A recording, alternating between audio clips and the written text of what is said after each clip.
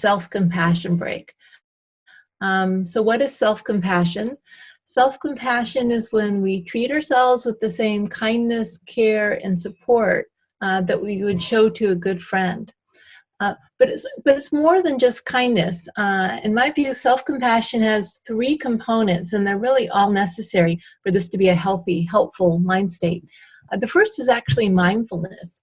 So in other words, we need to be aware of when we're struggling, when we're having a difficult time, in order to be kind to ourselves. And sometimes we don't. We're just so lost in the problem or just shoving it down because we can't deal with it that we aren't even aware of how difficult it is in the moment.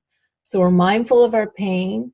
And also it's very important to remember that it's not just us. Self-compassion is very different than self-pity. Self-pity is poor me.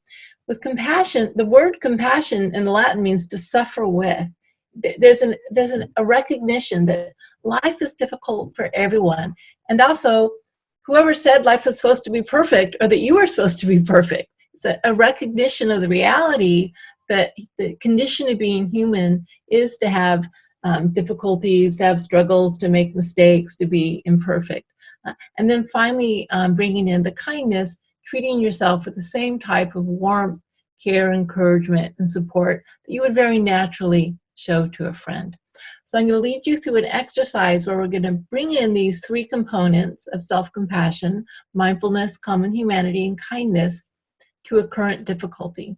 So many of us right now, that the current difficulty we're dealing with is the coronavirus pandemic, right? You may be isolated in your home. Things may have been canceled. Maybe you're sick yourself. Maybe you're worried about a loved one. So this could be your main form of difficulty or struggle right now. Or maybe something else is happening for you, a relationship issue or some other health issue. Or maybe you're just feeling really bad about yourself for some reason. So what I'd invite you to do is let's do this practice closing our eyes. So I'm going to close my eyes, and I'd invite you to close your eyes. Right, and just take a moment to settle in. So maybe taking a few deep cleansing breaths. So breathing in, holding, and then releasing, breathing out. Let's do this 2 more times. Deep breath in. And out. In. And out. So just letting your breathing return to normal, right? So just kind of feeling where your body is, feeling your feet on the floor, the weight of your body on your chair. Okay, so let come to mind something that's happening in your life right now that is challenging.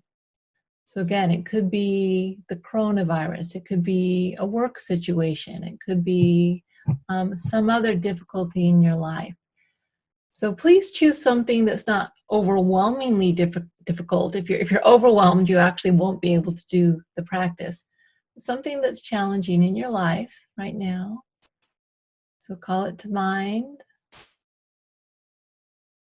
Right? Who are the people involved? If there are people, what's happening or what might happen?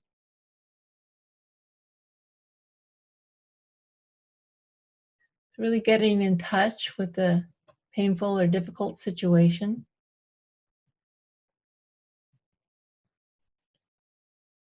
Okay, so I'm going to bring in each of these three components of self-compassion that we're going to use really to hold this difficulty.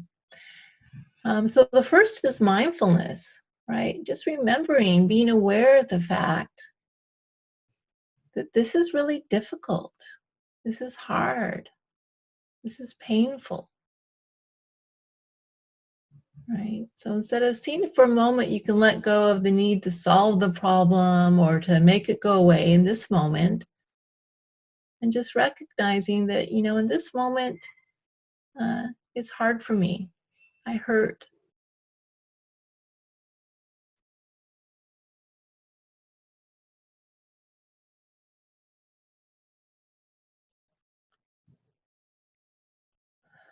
Okay, and then also remembering common humanity, right? So difficulty, fear, pain, it's a part of life. It's a part of being human. You aren't alone, right? So see if you can find some words that convey that to yourself. Something like, there's a lot of people struggling around the world right now. Or, I'm not the only one feeling pain. Or, this is normal. There's nothing abnormal about having a challenging situation. You're really just reminding yourself that what you're going through, this is part of the shared human experience.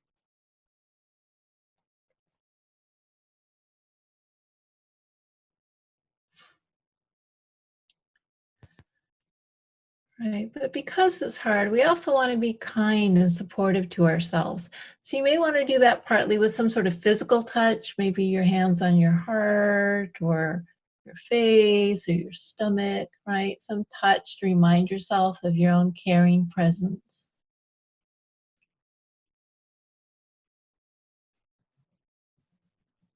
Right, and then bringing in some words of kindness.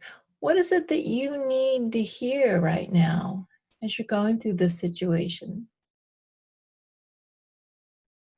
Right? Is it something like, I'm here for you. I care about you. I will do my best to protect you and keep you safe.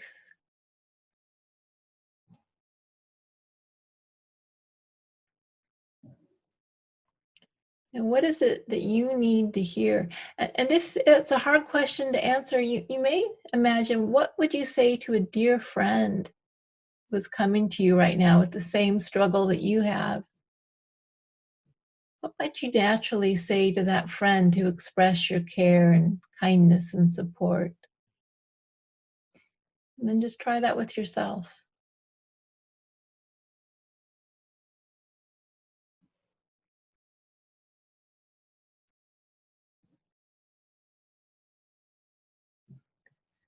Okay, and then letting the practice go and opening your eyes, right? But also knowing that people have a variety of reactions to this. You may feel soothed, you may feel calmed. Sometimes what happens is we've had to close the door of our heart to survive. We start opening the door of our heart, the fresh air of love rushes in and like the pain rushes out.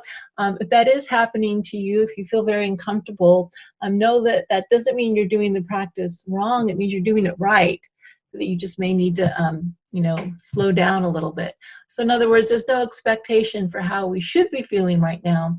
The important thing is we're setting our intention to be kinder and more supportive to ourselves. So that's the self-compassion break, and you can use it whenever you need to when times are difficult.